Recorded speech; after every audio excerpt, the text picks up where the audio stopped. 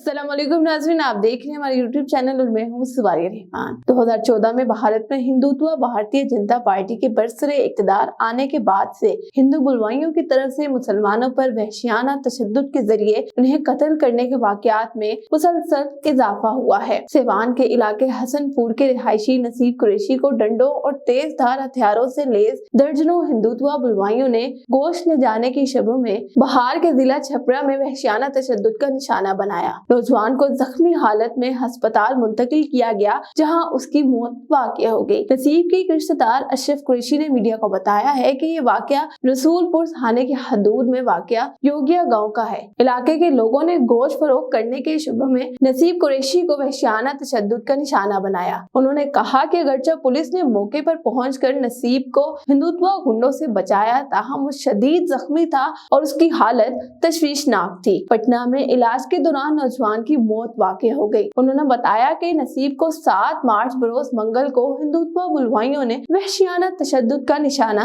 बनाया था। नसीब की मौत के बाद उसके गांव में कहराम बर्पा हो गया और लोगों ने मुजाहिरे शुरू कर दिए। इससे कभी भी गुज़िश्ता माह भारत के शहर चंडीगढ़ में हिंदुत्व इंतहा पसंदों ने 2 मुसलमान नौजवानों को गाय स्मगलिंग के इल्जाम में गाड़ी समेत अगवा करके जिंदा जला दिया था।